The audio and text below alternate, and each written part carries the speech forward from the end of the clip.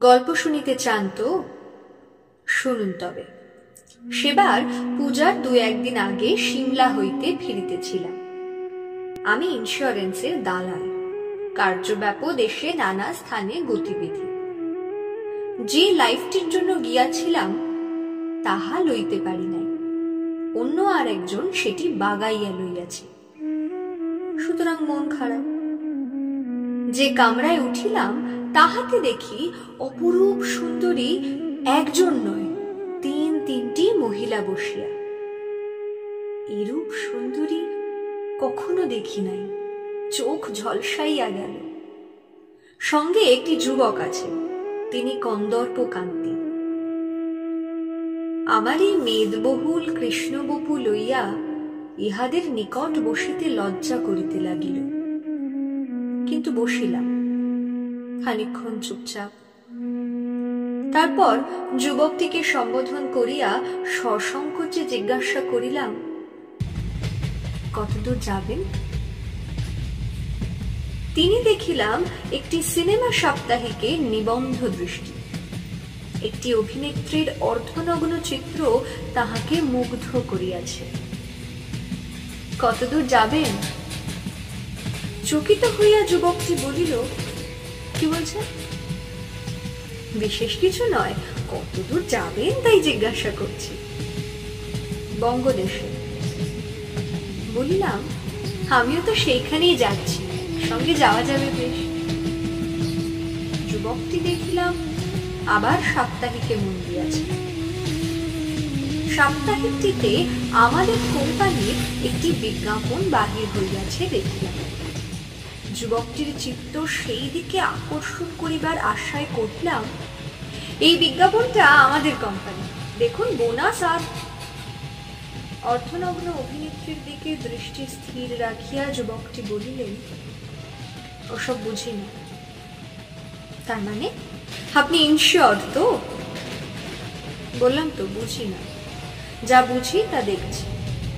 বলিয়াই আবার সেই চিত্রের দিকে চাহিলেন। আমি বিষ্ণুচরণ বর্মা, ছাড়িবার পাত্র নহি। বলিলাম, আপনার মতো রসিক লোক জীবন বীমা বোঝেন না, এটা বিশ্বাস করা শক্ত। মাসে সামান্য কিছু অর্থ ব্যয় করে যদি জীবনটাকে। বাধা দিয়া যুবক কহিলেন, অনর্থক অর্থের কথা পেড়ে আমাকে বিব্রত করবেন না। বৈষয়িক যদি কিছু আলোচনা করতে চান, মায়ের সঙ্গে করুন। সহাস্য নমস্কারে তাহার জননীর সম্বর্ধনা করিলাম। বলিলাম, আপনার ছেলের তো এ বিষয়ে আলোচনা করতেই চান না। আপনিও নিশ্চয়ই আমার সঙ্গে একমত যে জীবন বীমা জিনিসটা সকলের পক্ষেই অবশ্য কর্তব্য। মহিলাটি সমস্ত মুখে স্নিগ্ধ হাসির আভা ছড়াইয়া বলিলেন, আমিও কিন্তু ও বিষয়ে বিশেষ কিছুই জানি না। আপনার অসুবিধা না হয় তো একটু বিশদ করে বলুন। নিশ্চয়ই বলিয়া শুরু করিলাম, এবং অনর্গল আমাদের সম্মোহন মন্ত্রগুলি সগর্বে আওড়াইয়া গেলাম। কিন্তু আশ্চর্য, মহিলাটির মনে রেখাপাত পর্যন্ত করিল না। অন্য 2টি মহিলাও আমার বক্তৃতা মন দিয়াই শুনিলেন, কিন্তু তাহাদেরও কোনো উৎসাহ দেখিলাম।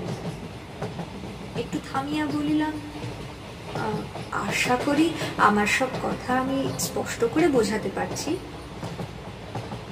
প্রথমা মহিলাটি বললেন, আদ্যপান্ত সব বুঝেছি, কিন্তু আমার দরকার হবে না জীবন বীমার। আপনার না হয় না হতে পারে, কিন্তু আপনার পুত্রের, আপনার স্বামীর।